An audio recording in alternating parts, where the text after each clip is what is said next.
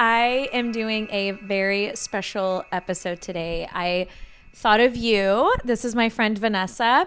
I thought of you specifically for this theme. I wanted to talk about mental health around the holidays because life is hard. Living is hard. Life is so hard. Life is so sometimes. hard right now. I'm just having like conversations with like random friends and like something intense is going on in each of their lives. And I'm just like, what is happening? And I feel like with Christmas and stuff, it feels like there is like, not to make it cheesy, but like a glimpse of hope or like, I don't know, just like us realizing like, okay, we need to lean into each other and community. But with all that being said, do you want to give a little introduction of who you are and what you do? Yes, I would love to. I'm so happy to be here. Yay. Yeah, so I'm Vanessa Trine. I'm a licensed therapist in Southern California.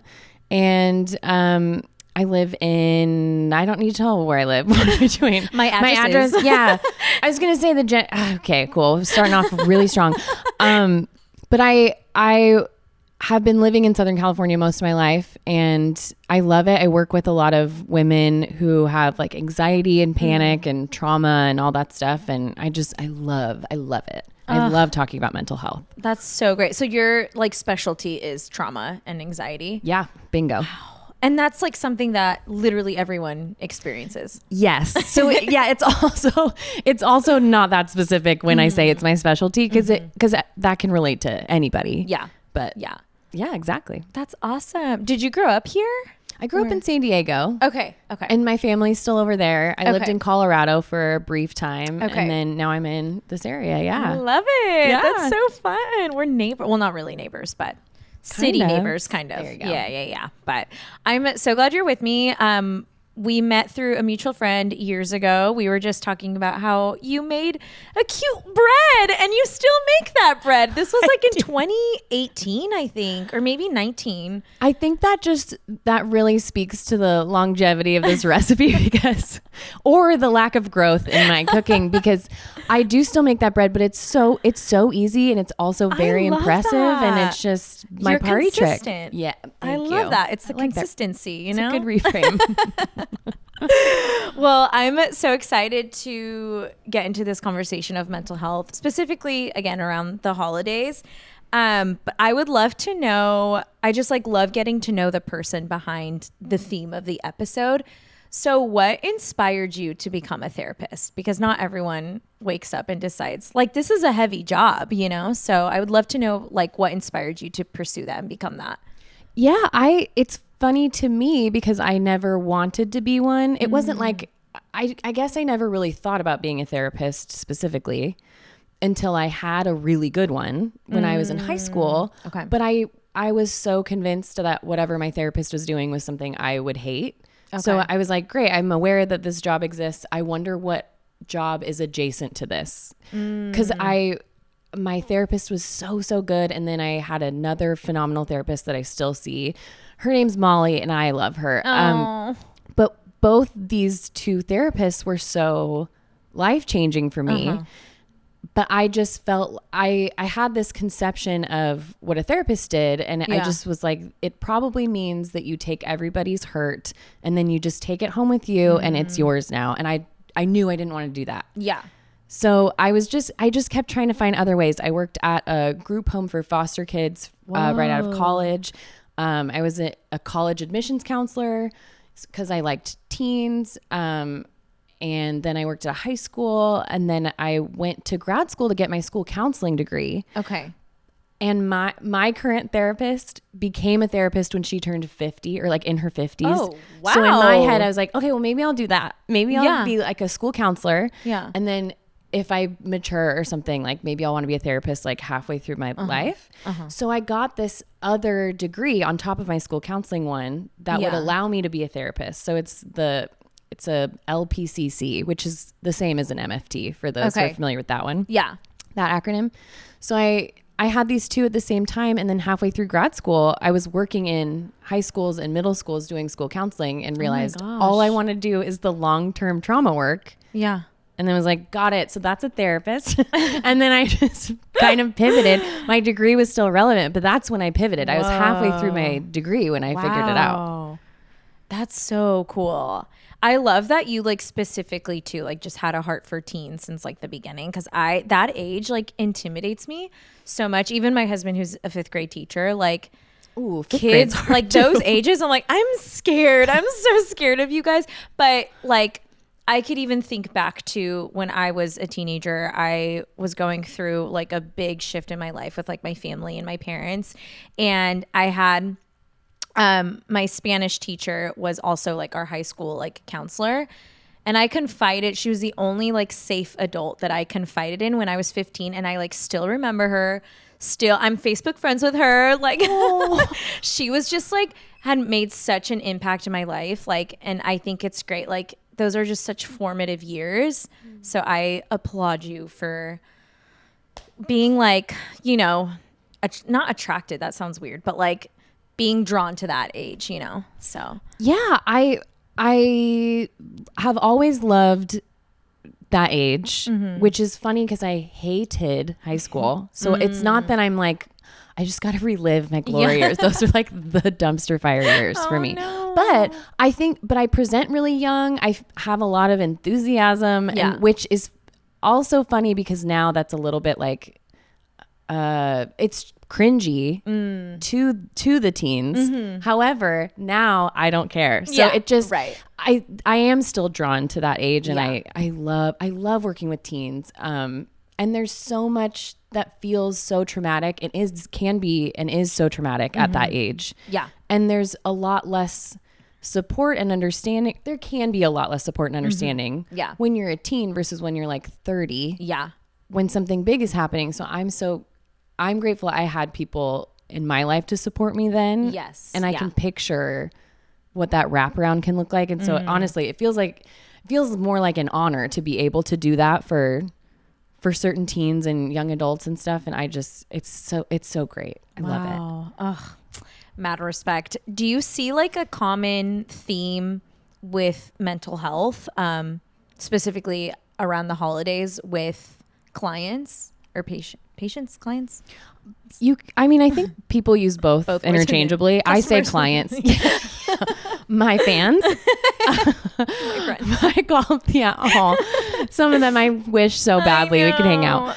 I call them clients. Yeah. But it doesn't matter. So yeah, I feel like what can be really common, especially with social media and like, you know how words are buzzwords like narcissism, gaslighting, like which that's not really a problem necessarily, but I feel like something that's also very, trendy is boundaries, which great. What a great thing to trend.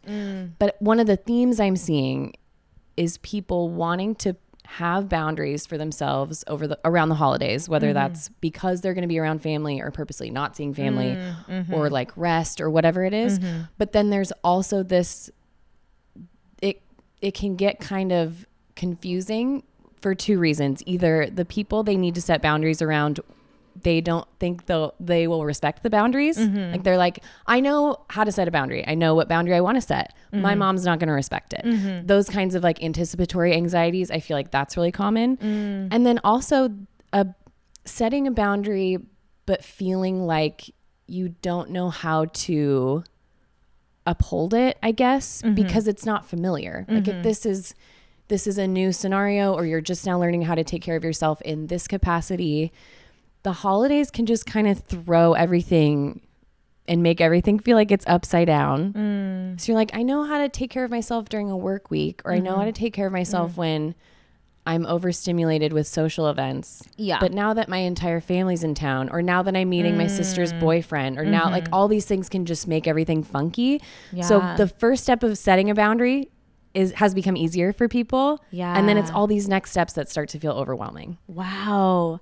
That is so true, because like, that's why, I mean, normally I get really emotional during the holidays because I have kids. So a lot of my childhood comes back. It's like very triggering for me, where I'm like remembering some of these like really cool parts, and then like feeling sad because like my family's not together in that way anymore. And then, I don't know, it's just, and then the whole boundaries, the word boundaries is so interesting. Like the idea of boundaries, because throughout the years, I've had to learn how to have boundaries with my family. And it's like one of those things where like, if I set them, they're not going to be respected. So what is the right way to set them? And that's why I'm in therapy right now. I'm learning that. Love that. And there's like, yeah, exactly. And there's like the tone for me personally with like religion and trauma with that too, having like very religious, critical parents and stuff. So I don't know. I feel like that's why I normally get very like heavy and gloomy during the holidays. And I'm like, dang it. I want it to be like fun and like what you see in the movies. Also, something that maybe we can go back to, I'm going to put a pin in this, but this whole idea about like, I don't know if you've seen this on TikTok, but like how Christmas nostalgia isn't like Christmas when we were kids isn't a thing anymore. You know, and like seeing all these videos of like the 90s, early 2000s, and like people saying, why doesn't Christmas feel like this? So I'd love to know your thoughts on that. But yeah, I feel like boundaries is just like really hard. And I actually feel very happy this month with Christmas because we're not seeing any family. Nice. Sorry. I'm really sorry, happy for sorry. you. I just, yeah, my mom lives out of state and my family just kind of like is scattered, but it's not necessarily like, oh, I don't have to see you, but it's like I can really focus on like my family with my husband and my kids. And so, yeah, that's like, I'm having like a great Christmas season despite life happening, but I'm just like, dang, I'm like, it feels, I don't know. It feels like a glimpse of like nostalgia that I get to like relive a little bit. But I would love to know your thoughts though, as to like, do you have any idea of why like Christmas doesn't feel like Christmas as an adult?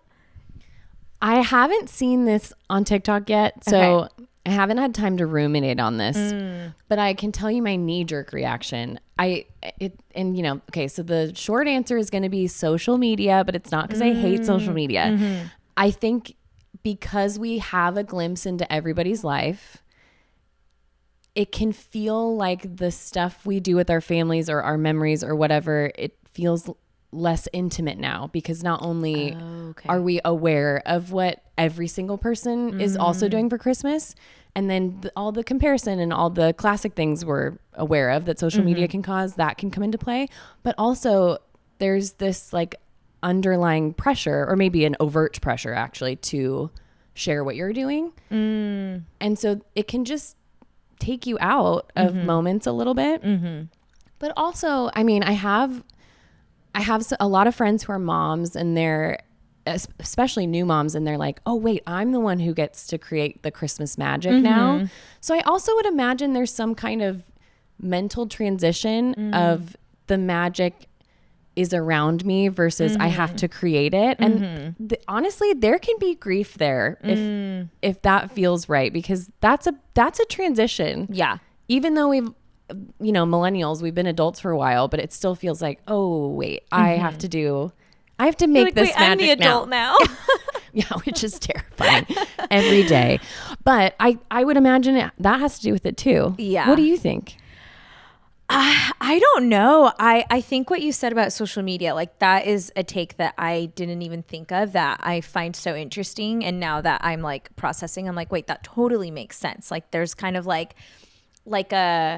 there isn't like a sense of wonder anymore. You know what I mean? Like, oh, what is this person up to? Like, what do they want for Christmas? Let me like be intentional about hanging out with them and catching up. And, and everyone's posting, which isn't bad, but like, it's so normal to post like, shop from this is my wish list, use this link. It's just, I don't know. And I'm like very weird about like just like consumerism in general. I'm just like, we don't need all these things. Like, and gifts that we do for our family is usually like experiences, or like I'll thrift the kids like a cute little toy, because toys are fun as a kid. I don't want to like rob them of that either. But I think my thoughts, and it's more like my brain goes to trauma, is like we're just all becoming adults, and we're just like, for me, this is my own experience. I think why it hits for me is because I start to realize, like, as a kid, while like the magic was happening for me, it wasn't all magic behind the scenes. Like my parents were in a toxic marriage, not happy, and like it was just kind of like a thing like that. Hey, we're the adults, we'll put this on for the kids and like call it that. And so I think just getting to the age of like realizing like, oh, I'm an adult and things weren't what they actually thought that they were. And like for me, that's partly to why I'm in therapy, is like realizing like things weren't what I thought they were, and there's like grief in that. But yeah, it's just so interesting. I'll have to send you a few of the TikToks. It's like these cute clips. It just feels like Christmas nostalgia and like the cheesy like movies, and it's like this whole like, why doesn't it feel like this anymore? And I'm like, wait, that's so sad. How do we bring it back? But I find your social media take like really interesting, and I would like, I'm thinking and I'm like, that totally makes sense. You bring up a really good point though around feeling like when we're younger, ideally we are not aware of all the complicated emotions that people might also be feeling around the holidays. It's just like happy and you get to eat fudge and whatever happens. Love fudge. Yeah. But I think that's a really good point. There's an awareness of how complicated things are, or the fact that when you're a kid, you're not thinking about how sometimes the holidays are hard for other people, or maybe some people are grieving. This is a different holiday than it looked like last year. And like, you're not thinking about that. Yeah. Because you shouldn't. That's not really developmentally appropriate. So, but now that it is, we all have this awareness around it. That probably takes a little bit of the magic out, but not in a bad way, just in a different way. Yeah. Yeah. Something that I started doing, which, okay, I think kids make a huge difference with that for me personally. Like, I feel like Christmas, like before I had kids, I'm like, this is fun. This is cute as an adult. But now with kids, it's kind of like taking someone to Disneyland for the first time. There's like magic in their eyes, you know, and it's like so innocent and cute, and they're like in awe of everything. And so I feel like that's how holidays are with kids, especially as they get older, because they have a different kind of personality, or like a little bit more character, can understand more. And so we are actually watching, this is kind of sad, but we were watching Chronicles of Narnia with my 6-year-old, because he's like very interested in like those kinds of movies now, which is so fun. And I remember as a kid, I was like, I love that movie. And I totally forgot that the beginning of the movie is like World War II, and they're dropping bombs on the house. And now he's like asking me all these questions like, well, what's a war? And then having to like explain that to a 6-year-old in a way where he can understand, but also like, I want to like have a boundary of like not sharing too much, because he is so innocent still. And so I'm like, we're talking about World War II now as this like movie is going, there's like talking beavers, and I'm like, why are we talking about war right now? But like, it was just like very interesting, because like it was one of those moments where I was like, oh, as a kid, like this was magic and I loved it. And like, I think as we finish the movie, we haven't finished the movie yet, but I think as we finish the movie, he's like not going to be fixated on the war. I think he's going to think like the story's really cool and stuff. But it's just funny being an adult and like being like, oh, as a kid, I love this. And then watching it as an adult, and you're like, that's what I'm going through with the Hunger Games right now too. I've been obsessed with the Hunger Games. I can't stop talking about the Hunger Games. But like watching it as like a teen and being like, oh, love triangle, whatever, like Team PETA, Team Gale. But then watching as an adult, you're like, this is so intense. Like what? Like you just realize, I don't know, you understand a lot more and differently. But yeah, so I feel like having kids kind of helps with the Christmas magic a little bit. Like we write list of like things to do, and like let our kids check mark like once we've done it, because that's like part of the fun is like checking things off a list and stuff. So anyways, yeah, it's like it's brutal, but we be living. We're trying. I think though, like therapy, I was talking to my husband about like the theme of this episode, and just like excited to talk to a therapist who's like not my therapist, which I will say, having a therapist for me, I want to be his best friend so bad, and I'm so sad that I can't. Vanessa, so I invited him to my art show, and as soon as I did, I was like, that's probably not appropriate. I'm so sorry. No, the sentiment means everything. There are so many therapists walking around out there who also wish they could be friends with their clients. We just can't really express it, but just know it might be really mutual. That's really sweet. I'm like, I just want to know. And it's funny because it's hard. That's kind of been one of the hardest things about therapy for me, is like that I can't ask questions about them. I'm like, I'm literally talking about myself the whole time. Like, I want to talk about you. And I was like talking about the Enneagram, and he was like, I can I feel comfortable sharing my Enneagram number with you. And I was like, oh my gosh, like I'm breaking him down. But I'm like, that's also not the point of therapy. Like the point is to not to win. I'm like, I just want to know about you. Like, tell me about your life. And I feel like with that, I'm very interested to hear about how therapists take care of themselves. How do you take care of yourself with that? Yeah, I mean, some of us don't take care of ourselves. So that just to put that out there, it's not like the people who become therapists have like a built-in wall of just like, we're impervious, you know? So I think some people feel like that, or like some people feel like maybe because they don't know anything about their therapist, that must mean they have their shit together, like the therapist does, which, you know, just, it's not true. But we can still, even if things are, this is real, even if things are falling apart in our own life, usually, or if, you know, as long as we're taking the correct measures, we can still sit and hold the things that the client needs to express and like completely be there for the client and then go handle our stuff outside the room, you know? Yeah. But I mean, so for me, one of the main things is being around other therapists a lot. I work in a collective that's pure magic of just a bunch of other women, and a lot of us are in the same office space, so that's healing too. But even just being in the group chats, you know, or being able to say like, someone yelled at me today or whatever, or just like I billed someone twice and I feel so bad, or just whatever. Yeah. You have somebody to bounce things off of immediately. Yeah. And you know, this doesn't happen a lot, but I had a session where as soon as it was over, I needed to cry. And there was a girlfriend in the kitchen right next door in our shared office space, and she didn't ask me any questions because I also had to get my life together for my next client, but she just gave me a hug and she was like, do you want water? And then it just was, there was an understanding there. So it really doesn't feel that dramatic very often, you know, as far as like high emotions and things like that. But having somebody there or having people who will understand it nearby is huge. But another piece that was just as big is I learned that my commute to and from work is sacred. I used to try and listen to other like clinical podcasts or like an audiobook that had to do with neuroscience or something. But I got burned out that way. Yeah. And now I listen to the worst pop music ever and podcasts of other girls laughing, and it just is the greatest. That feels healing to me because I treat it as like a cleanse. Yes. And that's been really big. Because then I don't bring it home, you know? Right. Yeah. My work. Yes. Yeah. Yeah. I find I like, with my husband being a teacher too, he works in a very, very rough area where he's dealing with CPS calls and stuff. And he has a little bit of a commute too. And I think that helps because you're able to just like take breaths in the car, and just, he's really good about not bringing it home. So, nice. But that's hard. Like that's actually why too, I opted to do therapy in person, because like doing it online, like now that we have the option to do it in person, I'm just like, I need like at least the 10-minute drive to just be like, I can't imagine walking out of my bedroom, like shutting my laptop, coming out of my bedroom and like turning it on and like being a mom again, you know. I'm just like, I need that boundary. So boundary. Yeah. Boundary.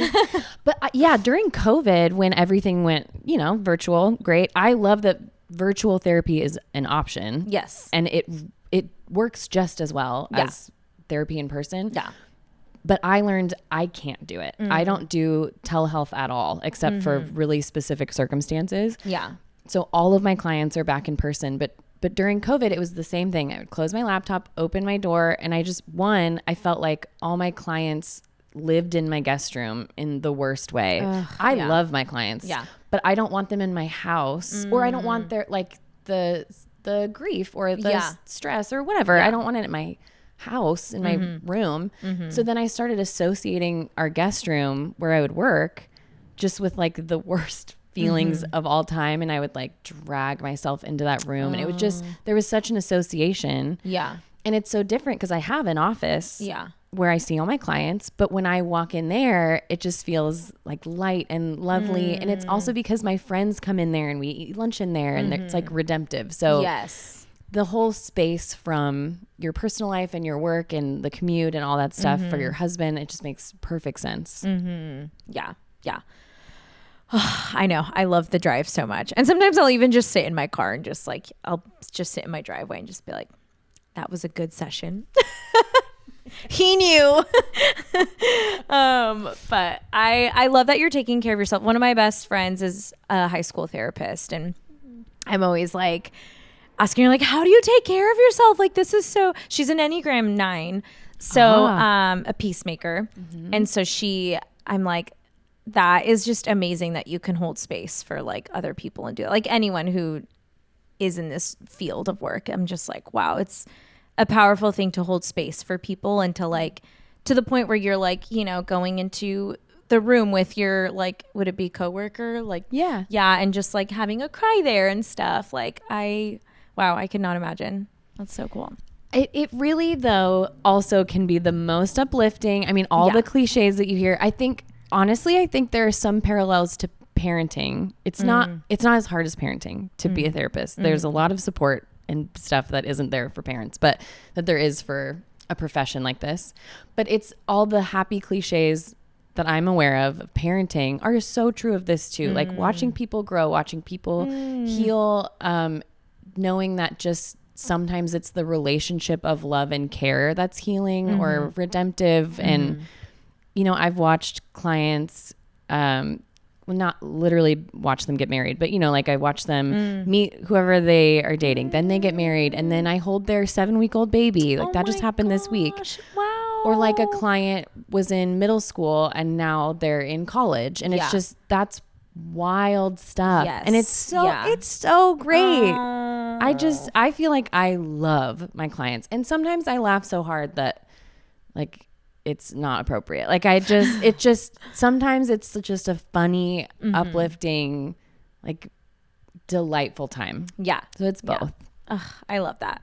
That's good to hear. I love that. It's not always this like heaviness that, milestones. I love that you got to hold her 7-week-old baby. That's so exciting. I know. Do you have any practical and easy advice for anyone who is experiencing anxiety, like on a day-to-day basis, or any trauma, especially during this time? Just simple practices. Yes. Also, I'm so sorry if you are, but also we all are.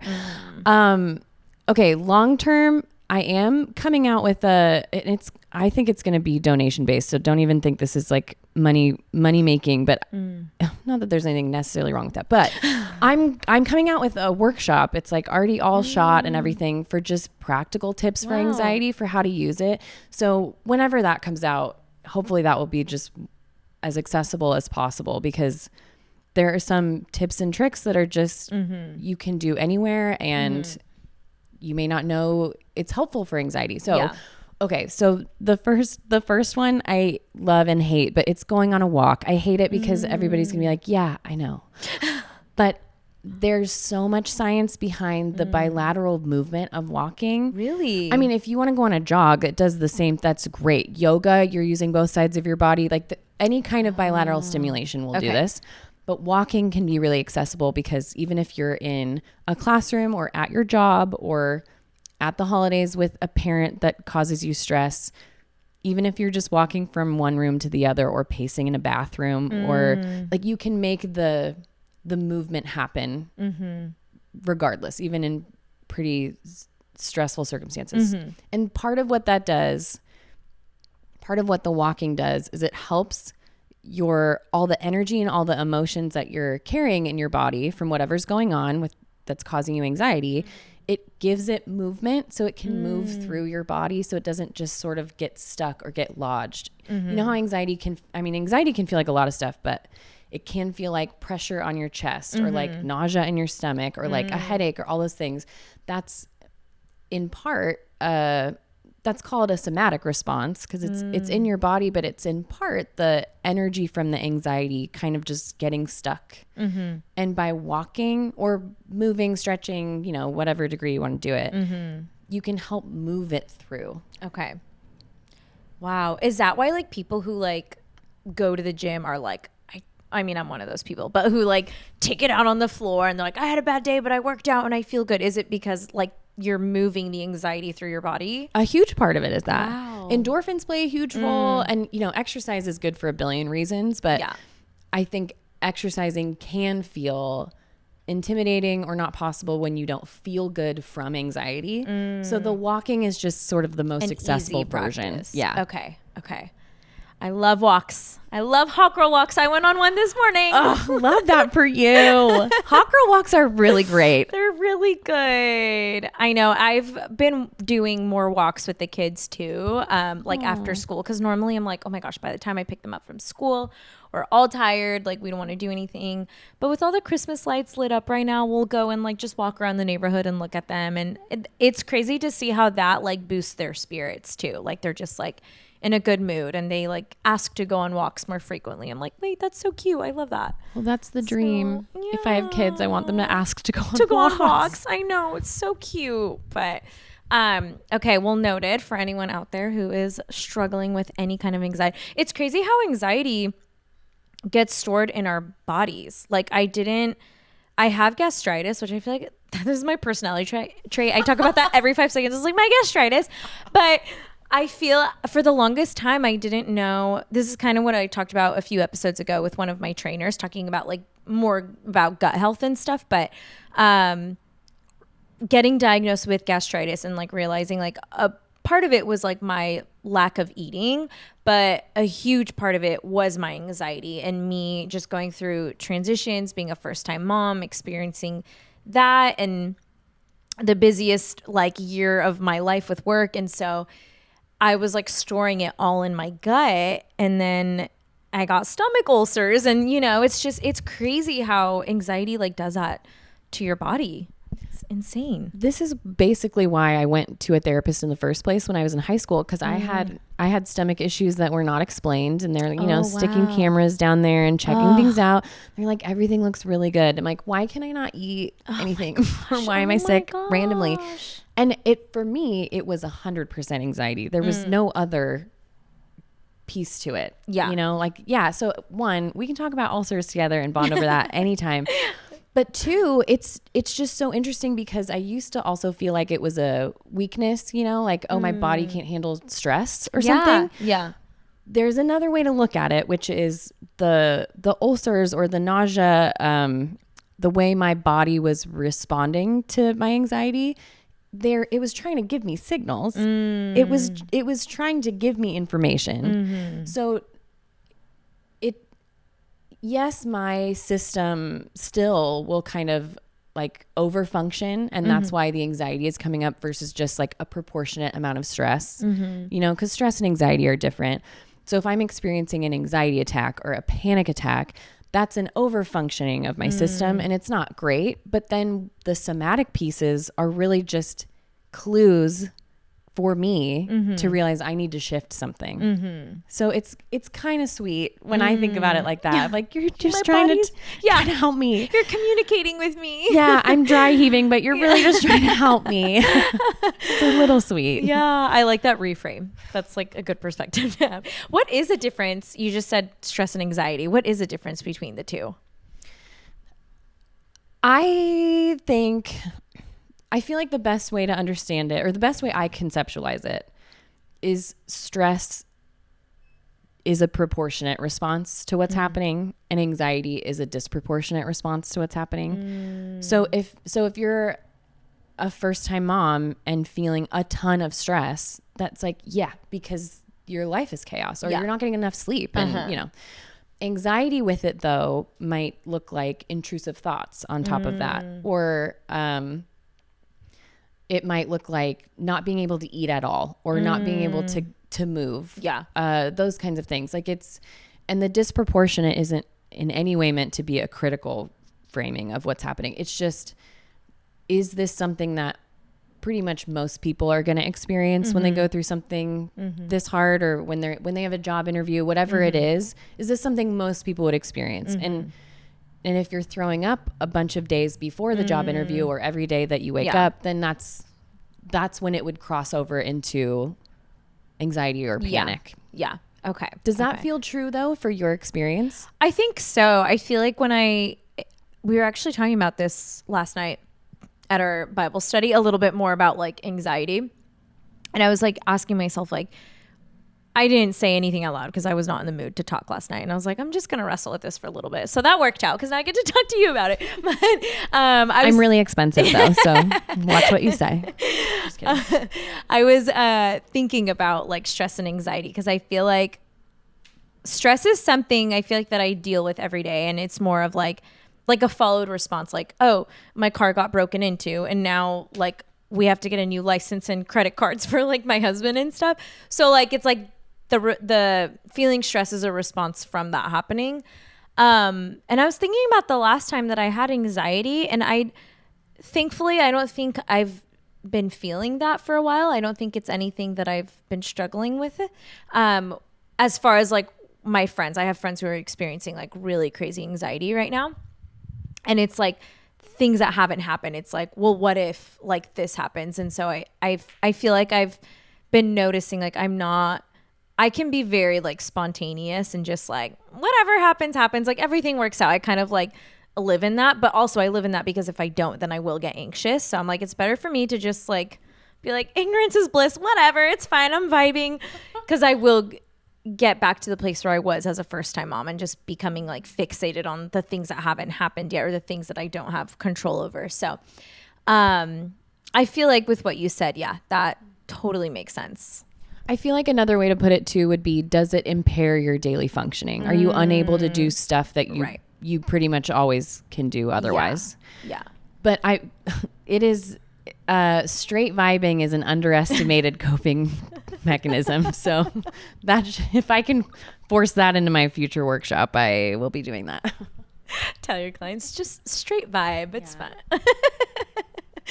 Oh my gosh. Are there any goals that you're working on either as a therapist or personal goals? I love talking about goals. Yeah, my professional ones, they all have to do with different trainings and things that I want to learn about and like books I want to read. But next year there are a couple different things that I'm either already enrolled in or need to, find the right fit. But I'm looking into more trainings for IFS, which stands for internal family systems, and it's kind of the modality that I mostly use with clients, but there's just different levels of certification. So I'm doing one of those next year. In February, it'll be 2 years since I got licensed. And so oh my gosh, congrats. Thank you. Yeah. After 2 years, you can take a course to become a supervisor and help associate therapists with their hours and case studies and stuff like that. Okay. So, I'm interested in doing that in some capacity, which I think will be really cool. Oh my gosh, I love that for you. But on a personal level, I'm trying to do a pull-up. Yes. And I'm really, really determined. Yeah. I initially had a goal of 5 pull-ups, which that will be a goal later. Yeah. I'm not giving that up. Yeah. I just said I want to do 5 pull-ups and then tried to do 1 and was like, let's just say 1. Yeah. So now I'm working on that. I love that. Thank you. Wait, do you work out? Yeah. Oh my gosh, I love that for you. Wait, what? That's so fun. I'm very much a yoga, like tell me that I'm doing a good job and I'm where I'm supposed to be and like that kind of that I work out when people speak kindly and gently to me. Yes, I love that. When they whisper in my ear, we love you. That's when I work out the best. But one of my best friends is a personal trainer, and so she's the one that's helping me. Oh my gosh, that's so fun. It's really special. How long has that been a goal of yours? I've just started implementing that goal, I've just started working towards that goal maybe a couple months ago. Okay. Which I don't know if that's horrifically embarrassing that it's been a couple months and I haven't done a pull-up, but I can do assisted ones. Yeah, where you got the resistance band. Yeah. I look really good when I do it with the resistance band, but I want to do it unassisted. So wow. Yeah. Pull-ups are hard. Those are one of my goals right now, to do 5. Wow. Yeah. This is great. I know. Okay, but you can do some without assistance. I can do like 1. Nice. But I actually, because it's crazy how like when you miss time from working out, it like really like, and I'm trying not to get fixated on like, oh my gosh, I've already lost like strength, but came back from Mexico, then got a stomach bug, then life happened. So I feel like I just took a lot of time. I was just off my routine. So I feel like I'm starting from scratch again. But it's fine.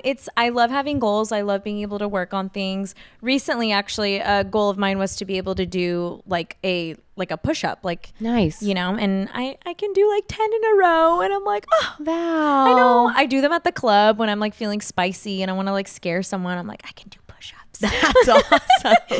But pull-ups are hard though, like actually very, very hard. So I'm going to be really excited to see you do your first pull-up and then move on to 5. I'll get there. We'll do them together. We'll do them together. Mm-hmm. Oh my gosh, I love that. That's so exciting. Okay, well, I loved hearing everything that you said. I feel like you are just like so well spoken and just like a gentle presence to be around, like, and safe. I like that was something that I noticed about you the first time we met, even when I don't know if you were a therapist during that time. I think I was in school. Okay, yeah. If it was 2018, I was still in school. Wow, that's crazy. But look at us now. Look at you. Look at us now. Doing push-ups at the club. I mean, who would have thought? Oh my gosh. Where can listeners or followers find you? Yeah, I have an Instagram. It's Vanessa_Trine_therapy. Yes. And then Vanessa Trine is my website. And so that has the website has all my information if you're interested in anything that I've done and like on other podcasts or like I have a deck of cards that have coping tools on them that people can get. You can get those on my website. And then my Instagram, I mostly now just use for posting when I have events or workshops and things like that. How often do you have events and workshops? The actual answer is whenever I feel like it. Yes. So I love that. There's nothing consistent about it. But I just did one with some friends because I wanted to collaborate with friends. And the last one I did was at this really cool venue called Tea at Shiloh in LA. And that was just because I wanted to be in that space more at the Tea at Shiloh space. So it's just, whenever. So I'm just straight vibing, I love that. Straight vibing. That's going to be the title of this episode. Straight vibing with a therapist. A memoir. Well, thank you so much. It's been like really cool getting to hear your story. And I know we don't see each other often, but when we do, it's like obviously like hard to talk in a group setting about like, tell me your whole life story and like what inspired you. But I appreciate the time and the energy that you put into this, and I'm just so excited for you. Thanks for having me. Of course. Thank you so much. Merry Christmas to everyone.